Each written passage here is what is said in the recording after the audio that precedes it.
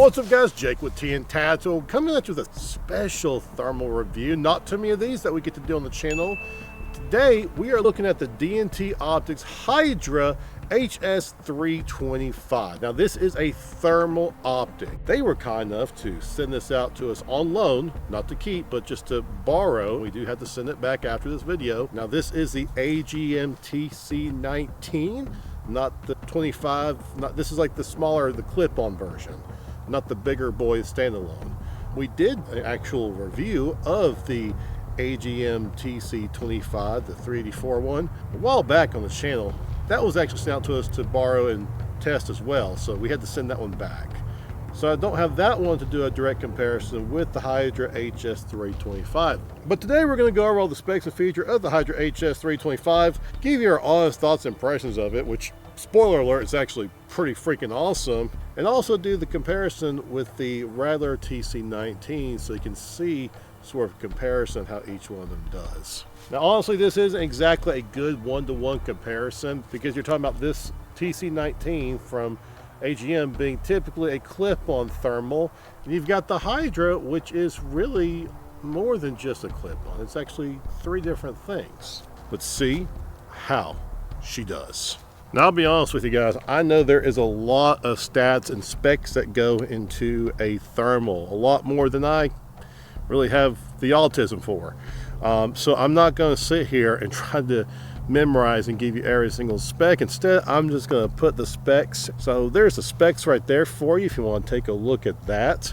From what I can tell you, based on the naked eye and the perceived recordings it's making, this optic's really freaking good. Like, it's insanely good for what you get. I would argue it's actually a little bit better than the AGM Rattler.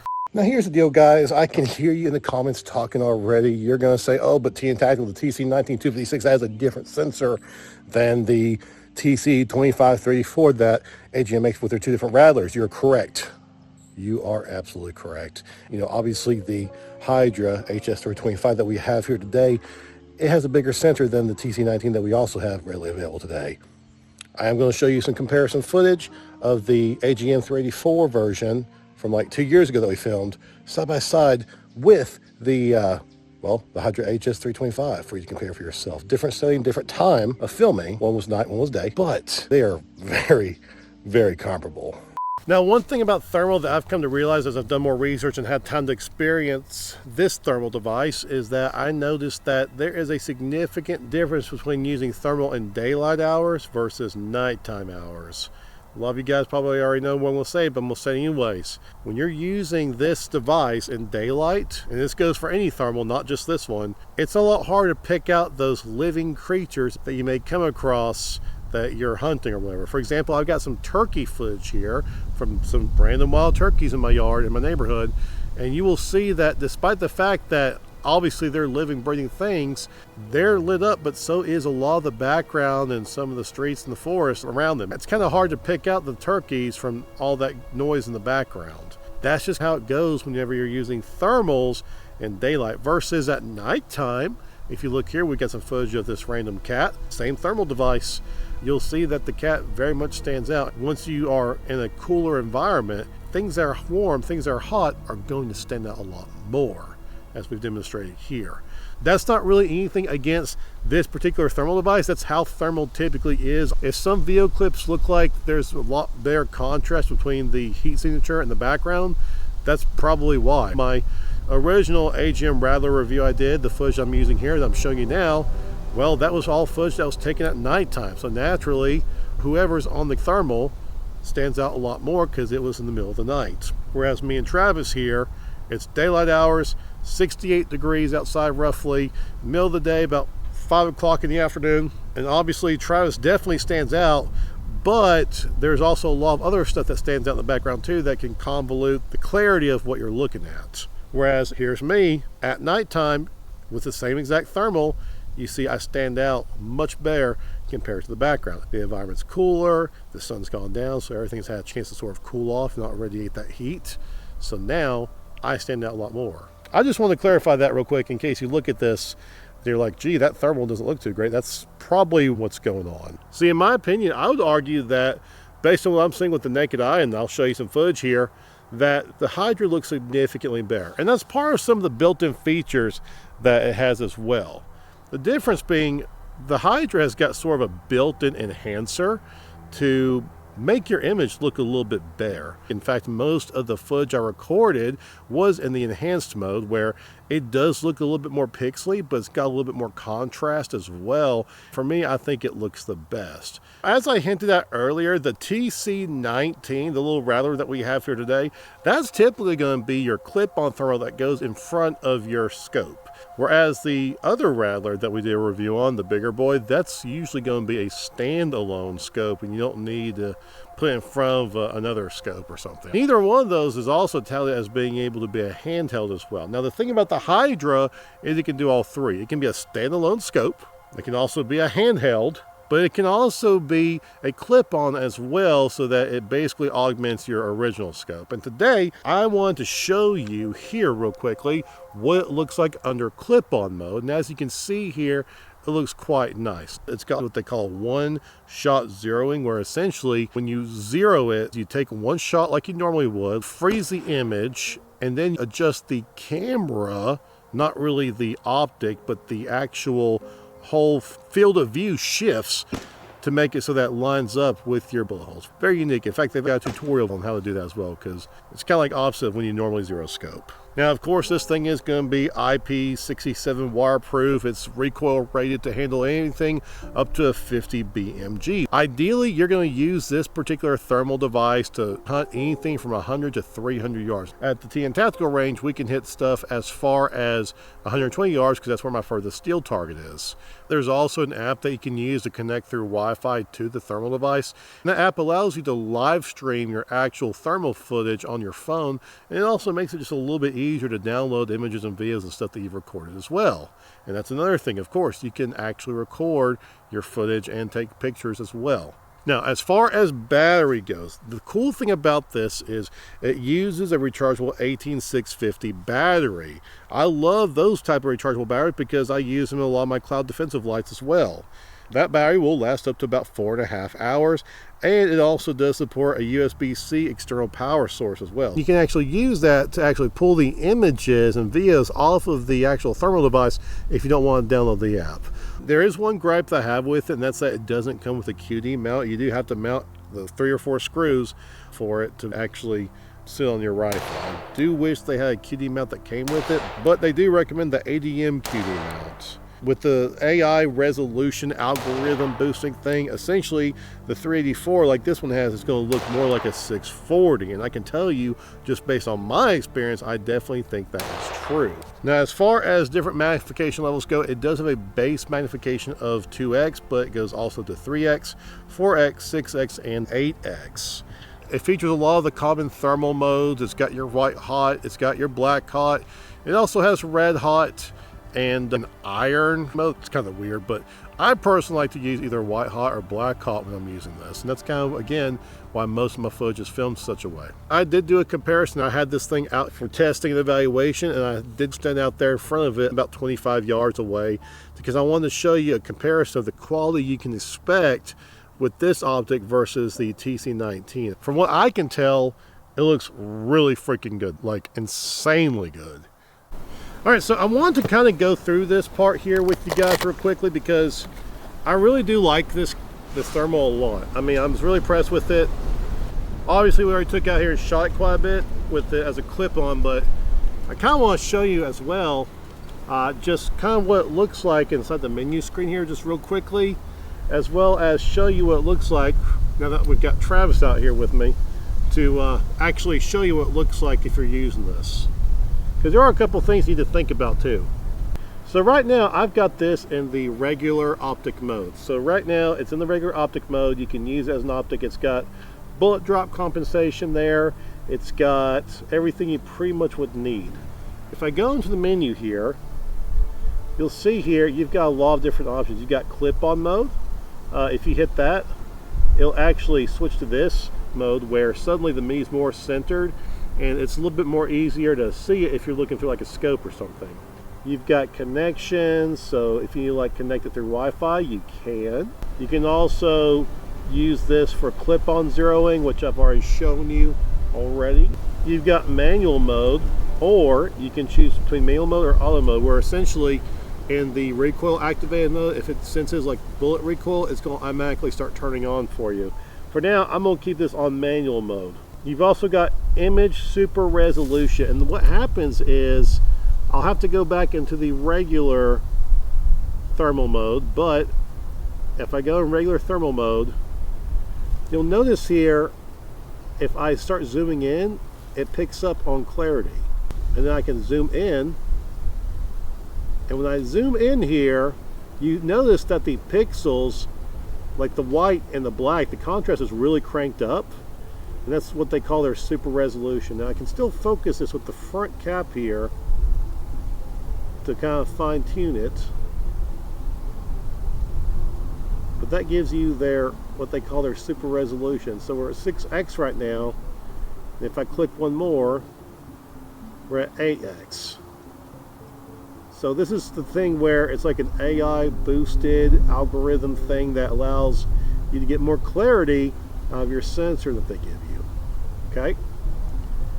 If I go back to level 2 there, back into the menu, you're going to see a few other options. You can also change your reticle. You can zero your reticle. This is when you're not in clip-on mode, by the way. When you are in clip-on mode, like so, it then changes to clip-on zeroing. Okay? But anyways, we go through here. That's the image super resolution where it sort of boosts it for you. Thermal image settings. So you've got a lot of different choices here. Thermal imaging mode. You'll see here on thermal imaging mode, you've got enhanced, which is what I found to be very useful. But then you've also got natural. Now natural kind of looks more like what you might see with other optics. It's a little bit smoother. Look at those silhouette targets down near the front there. Okay? Versus enhanced. You'll see it's got a little bit more detail to it. I personally like the enhanced. And then I've got Travis Skeens over here.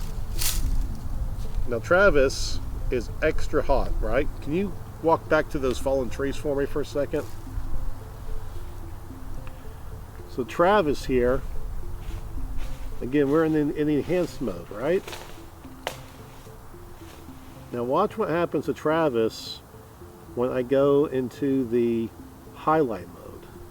You'll see here that Travis is suddenly much lighter and everything else is much darker.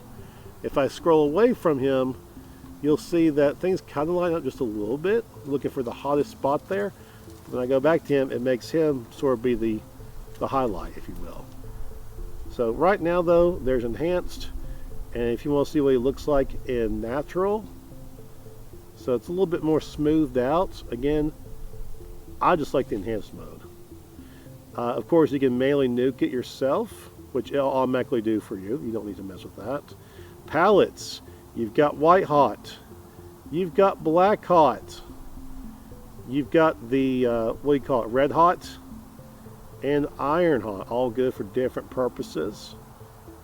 Personally, I kind of like the red hot. Looks pretty cool, like your typical thermal vision that you see from the movies. Going back to white hot though, for now. Image contrast, so you can actually crank up the contrast. Look at that. He is extremely lit up now. And everything else behind him is much darker. If you look over here on my silhouette targets here, well, you can't even see them just about. There they are. So let me clear up the image here. So really cranked up, it's kind of hard to use almost. If I turn it down, well, now you almost have the opposite problem where everything is too grayed out. You still see Travis though.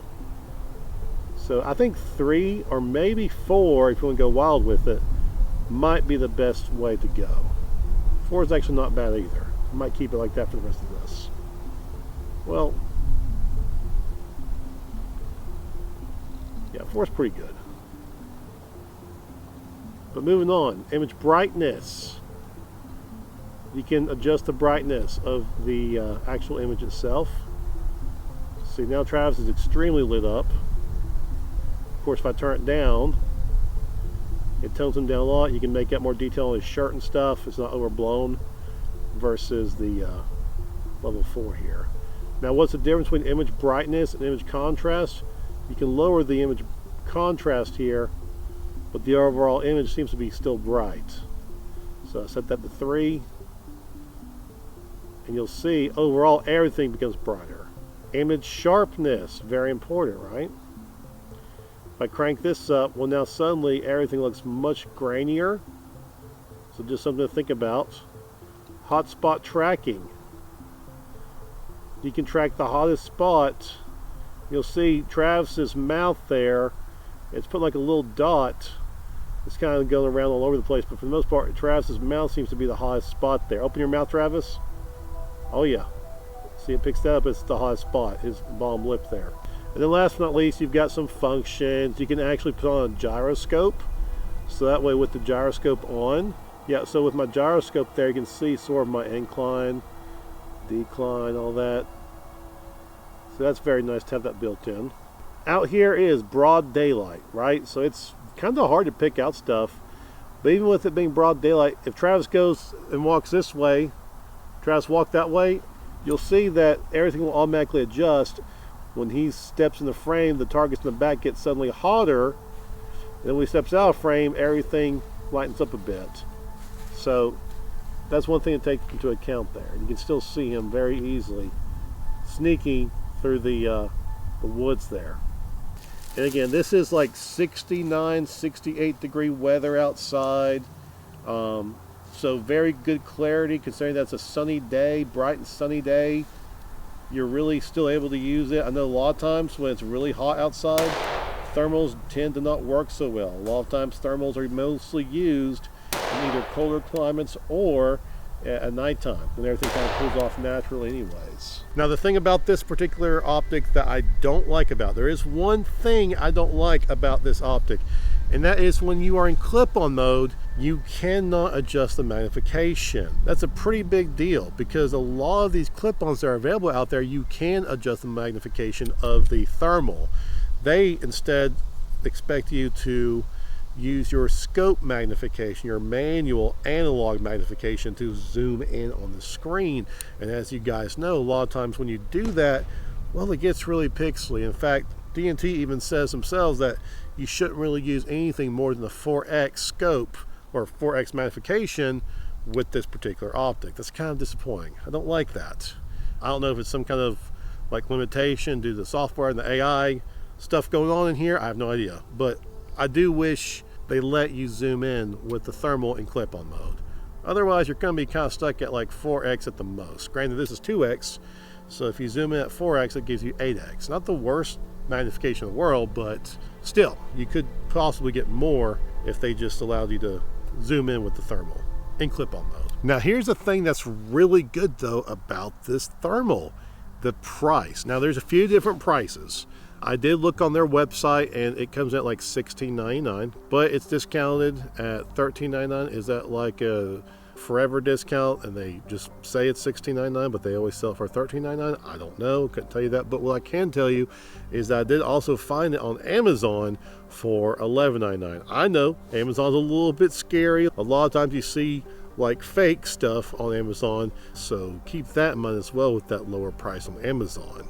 But if you go onto their website, they have a bunch of different optics as well. And I think there's actually a 10% discount code when you pop up there that just shows up on your screen. So definitely might be worth checking out from their website just to be safe. But if you're interested in the Amazon link, I will put it down below and you decide for yourself if it's legit or not. So the bottom line is, how do I feel about the DNT Hydra HS325? I gotta say, it's freaking sweet. Now, this is coming from someone who doesn't have all the thermal experience in the world, but as I did my digging and I did my research, I realized that this thing has a lot going on for it. And at the price it comes in at roughly about $1,300, I would challenge to find a better optic at that price range. Of course, if you spend a whole lot more money, then yeah, you can get better thermals out there, but it is a depreciating return as you spend more money. If you're looking to get into thermals and this is your first time getting into it and you don't want to spend a whole ton of money in case you don't like it, I think it's a good choice, especially when you compare it to something like a Hollow Sun. open reflex red dot emitter with thermal as well as an add-on bonus thing. That thing's $1,600. But I think honestly the viewing window on that is much smaller than what you get here. I've used both. I've tried the Holosun thermal at several range events, and I gotta say I'm actually more impressed with this. I really like it. I think if you're looking for some decent thermal that's not going to break the bank, something to dip your toes in with, I think you'll like it too. Guys, that's going to wrap it today. If you enjoy this kind of content, make sure to like, subscribe, comment down below. What do you think about this thermal? I think it's freaking sweet, but I'd love to hear from you. We will see you next time.